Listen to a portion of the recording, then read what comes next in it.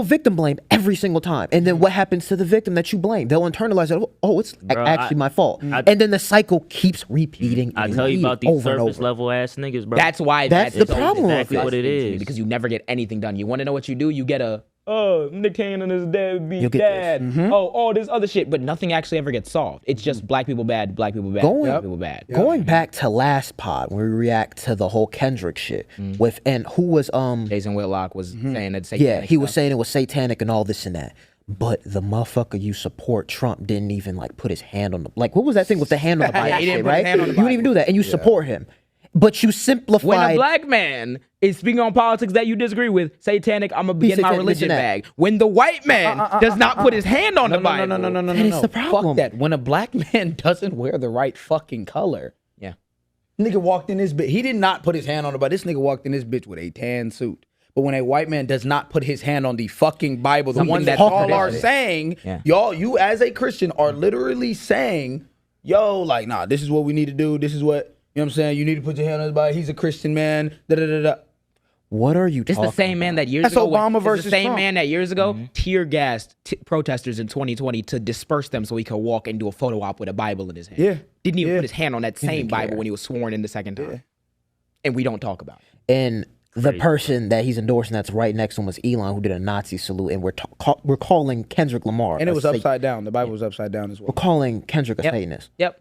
So it shows you, when you look at the summation of everything that we've talked about, the problem with black culture cannot be, if you're being honest, black people just doing the wrong thing and that's where the conversation ends. There is a clear and present double standard in how these issues are treated, talked about, and even stigmatized when a black person does the same thing that white people get away with the entire time. And that's where the racism has never left. Never. We have not been post-racial, nor are we, and that's exactly why. And that hypocrisy we were talking about. And one question I wanted to ask y'all, because I'm very curious, because we all do different things.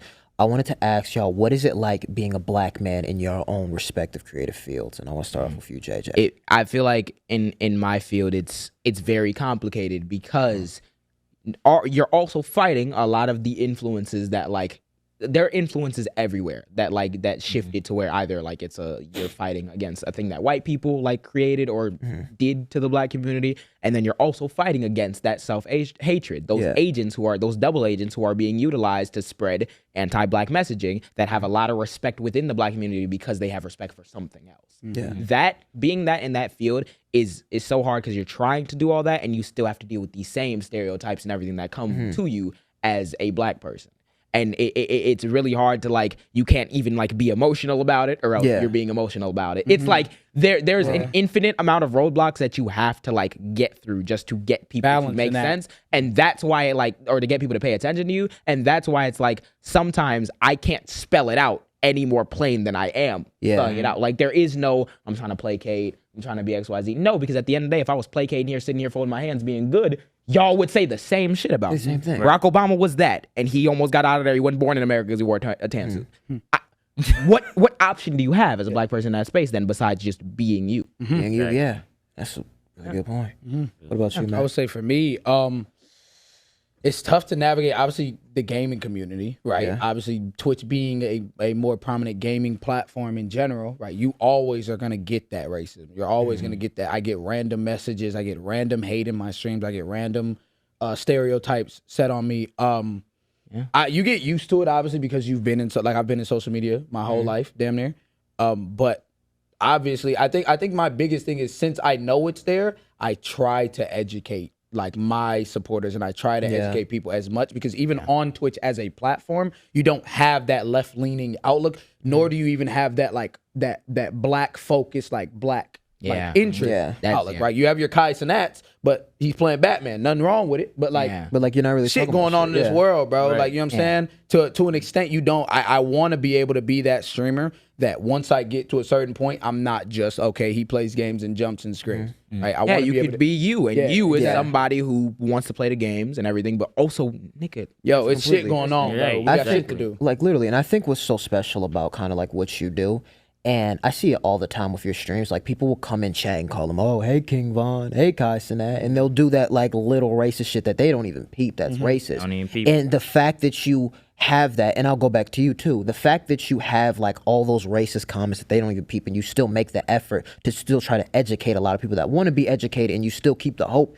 is very. I don't want to get too deep into it, right? But realistically, it's what we said. It's perspective. Right, these people come from different backgrounds. These people are coming. I have people in my stream from Switzerland. I have people in my stream from New Zealand. You know what I mean? So they have different perspectives on these things and on skin color, race as a whole. Where sometimes they genuinely don't mean it. Sometimes they don't understand it, right? And even if they do, I would rather, instead of sitting there arguing with you through a screen and say, no, I'm not that, I'd rather sit there and be like, okay, haha, funny. Let me tell you about this, though. And let's see if you're still laughing after. It's like that constant letting it like, not letting it like slide by, but explaining that. And trying, because that's how you do this. And you have to. If I explain it after that and you still do it, no tolerance. You book. And I want to go back. You two to actually answer that question as well. Okay. You in your space. Yeah, I'll answer, but I wanted to also say you because I don't want to dismiss it. Like what you do is special too, in the sense of like a lot of people don't take you, or like a lot of people have said they don't take you serious because you're younger and plus you're black, but you still kind of like keep that going. It's like really cool. Yeah, it's one of those things where you kind of have to bear down and understand where these objects are coming at you from and why they're coming. And there's literally nothing I can do right now to make racist people leave my comment section. So it's like, I will continue to put my perspective out into the world. And I will always show you where I get it from, just to tell you I'm not just like bullshitting you. And it's up to you whether or not you internalize that information. It'll always be there. The moment you want to ask yourself the question, why, it's right there. Yeah. With me, I think it's weird, right? And tell me if I'm tripping. Like, tell me if I'm tweaking. But I would see a lot of people, and they would ask me, like, you know, what do you do? And I'm like, oh, I'm a fashion designer. They're like, oh, that's cool. And then they'll see the clothes, and then the reaction is completely different. They're like, oh my God, like, you can actually, like, make that? And at first I was like, oh, they you make probably a TikTok t-shirt. Yeah, and at first I was just like, maybe they're just surprised of actually seeing good clothes. But then I had to, like, really deep it. Are you saying that because you're not used to seeing those good clothes, or is it because I'm black and you're used to that I'm about type? to cook, and you're about to understand exactly why you're not tweaking. When I played To Pimp a Butterfly for y'all the other night, I need to play it for you too in its entirety. It's right over there. The ending poem in To Pimp a Butterfly, Kendrick talks about how like the butterfly in the example is the talent. And the caterpillar is like the actual person. And while the institution shits on the caterpillar, they admire the butterfly. They admire the talent.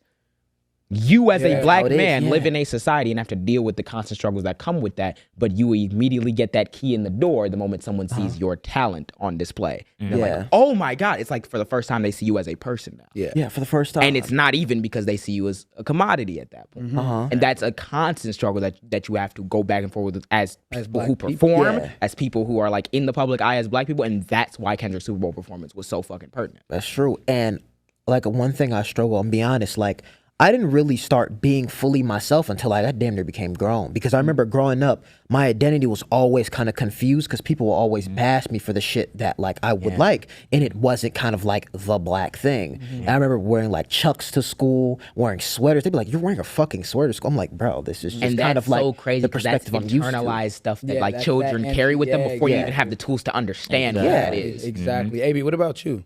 So racism in gaming, bro. Yeah, that shit go hand in hand. Like, I know you've seen some shit, bro. I seen some like, bro. I beat people's ass in GTA so much, like they completely freak out and like, oh, they go in my comments. They either go in my DMs or whatever and just say some wild shit to me. But like now that I've tried to like switch my content, you get those other people. Oh, stay to GTA, shut up and dribble.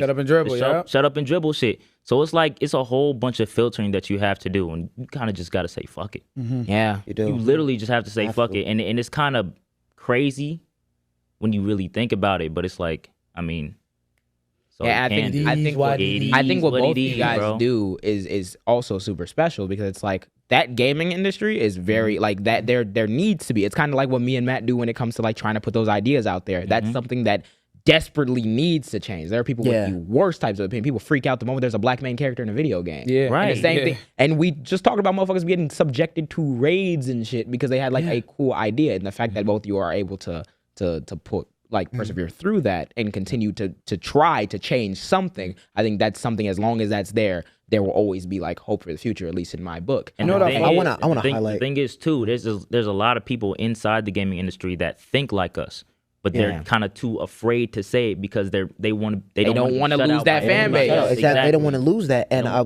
really like what you said, like when you have to just say fuck it, right?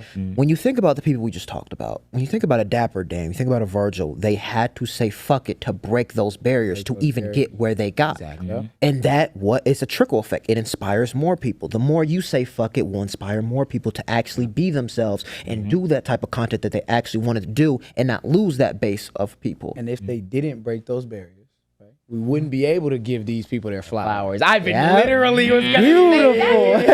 That I was gonna say That's it. it, We right? wouldn't be able to get Transfer to the depth. It's crazy. Oh, God. We can't even cross nations.